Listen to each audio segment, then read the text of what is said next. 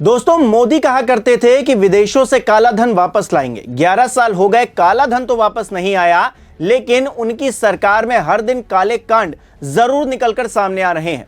हैरानी की बात यह है कि ये काले कांड कोई और नहीं बल्कि बड़े बड़े अधिकारी कर रहे हैं। वो अधिकारी जिनके कंधों पर देश चलाने की जिम्मेदारी है, लेकिन उन्हें अपना खजाना भरने से फुर्सत हो तब वो देश की सोचेंगे। मामला ओडिशा का है, जहां पर एक आईएएस के घर से अकूत धन मिला है।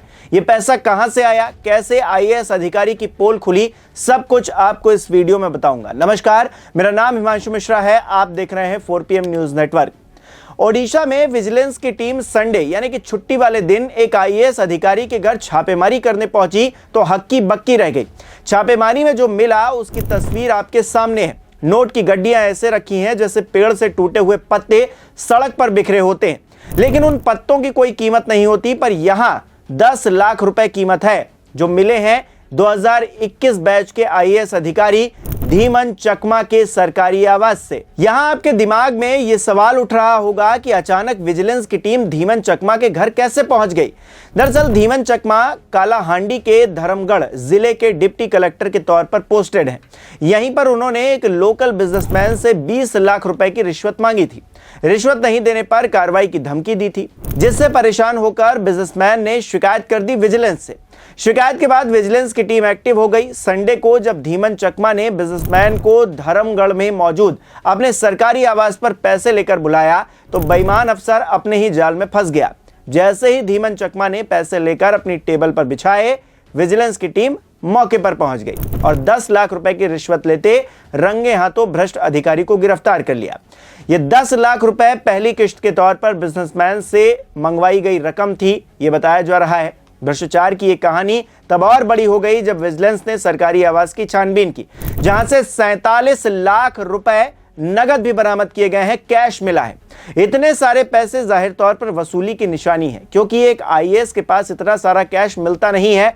कोई नॉर्मल बात नहीं है किसी के पास इतना कैश मिलना, कोई आम आदमी भी हो, क्योंकि इस तरह से लोग इतना सारा पैसा घर पर रखते नहीं है। ऐसे में साफ है कि अधिकारी साहब कहीं से पैसा ये बटोर कर वसूली कर लाए थे। फिलहाल अधिकारी के खिलाफ भ्रष्टाचार निवारण अधिनियम 1988 की धारा 7 के तहत केस दर्ज किया गया है। पूरे मामले की जांच पड़ताल की जा रही है। हालांकि ओडिशा से ये कोई पहला मामला नहीं है।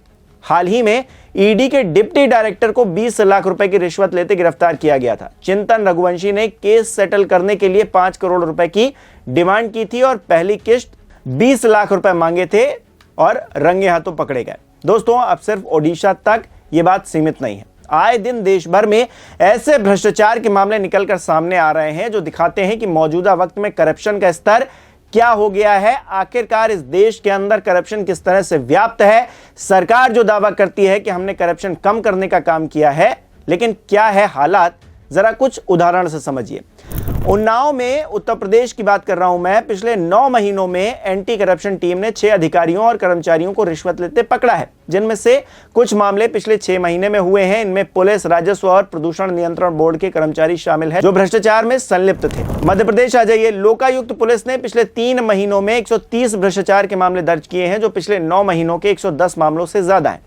इसमें कई अधिकारी भी शामिल हैं। बिहार चलिए। विजिलेंस ने 2024 के पहले 5 महीनों में 34 भ्रष्ट लोक सेवकों के खिलाफ कार्रवाई की है, जिसमें से 27 ट्रैप ऑपरेशन में रिश्वत लेते लोग पकड़े गए हैं। महाराष्ट्र चलिए। जनवरी से अगस्त 2024 तक 499 भ्रष्टाचार के मामले दर्ज हुए। इसमें से 472 ट्रैप ऑपरेशन में 1,49 करोड़ रुपए की रिश्वत जब्त की गई। इसमें पुलिस, राजस्व और पंचायत समिति के अधिकारी शामिल थे।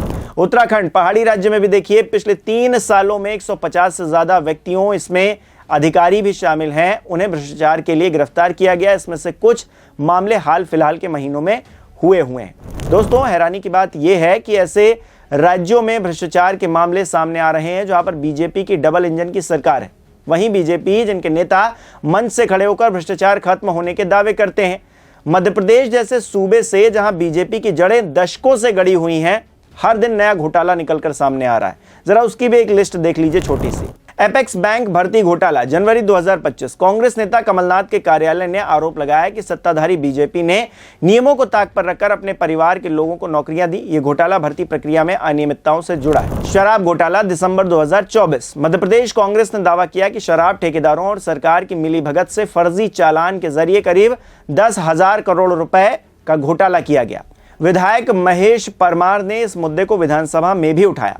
पर्यावरणीय मंजूरी घोटाला जून 2025। कमलनाथ के कार्यालय ने आरोप लगाया कि खनिज उद्योग और बड़े निर्माण प्रोजेक्ट्स की पर्यावरणीय मंजूरी में भ्रष्टाचार और अनियमितताएं हुई हैं। सक्षम प्राधिकरण यानी कि SCIAA ने बिना मंजूरी के 450 से ज्यादा परियोजनाओं को मंजूरी दी। पोषण आहार घोटाला जनवरी 2025। कांग्रेस नेता रणदीप सुरजेवाला ने CAG रिपोर्ट का हवाला देते हुए दावा किया कि पोषण आहार योजना में भ्रष्टाचार हुआ है, जिसमें 884 टन पोषण आहार की सप्लाई के लिए बाइक, ऑटो और कबाड़ वाहनों को ट्रक के रूप में दिखाया गया है। सांप घोटाला मई 2025 यानी कि पिछले महीने। समाजवादी पार्टी के नेता अखिलेश यादव ने एक अनोखे घोटाले का जिक्र किया, सांप घोटाले का जिक्र किया, जिसमें एक ही व्यक्ति को बार बार मृत दिखाकर करोड़ों रुपए का मुआवजा लिया गया। यह भी मध्य प्रदेश के अंदर ही हुआ दोस्तों।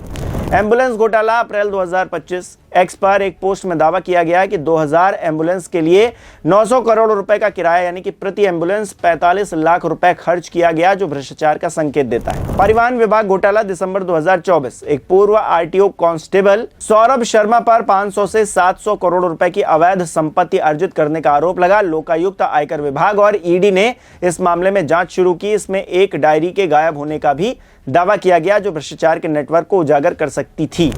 12,500 करोड़ का कथित घोटाला जून 2025 यानी कि इसी महीने निकलकर सामने आया है। कांग्रेस नेता जीतू पटवारी ने भोपाल में प्रेस कॉन्फ्रेंस कर दावा किया कि मध्य प्रदेश में 12,500 करोड़ रुपए का एक नया घोटाला सामने आया है, जो बीजेपी सरकार के भ्रष्टाचार का सबूत है। दोस्तों, ये तो चंद मामले हैं, बहुत कुछ तो पर्दे के पीछे हो रहा है और वो होकर खत्म भी हुआ जा रहा है, जिसकी भनक किसी को भी नहीं है, हम तक भी नहीं है। किसी को नहीं पता है कि आखिरकार पर्दे के पीछे चल क्या रहा है, लेकिन चल बहुत खराब रहा है।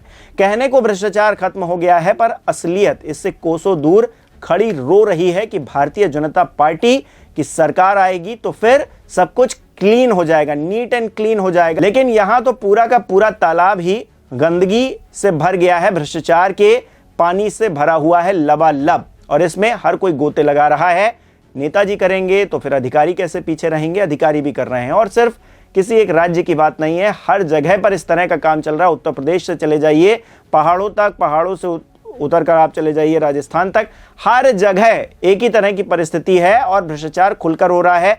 कुछ मामले निकलकर सामने आ रहे हैं, कुछ मामले निकलकर सामने नहीं आ रहे हैं, यानी कि हमाम में सभी। आप जानते हैं आगे क्या है, कमेंट करके मुझे जरूर बताइए।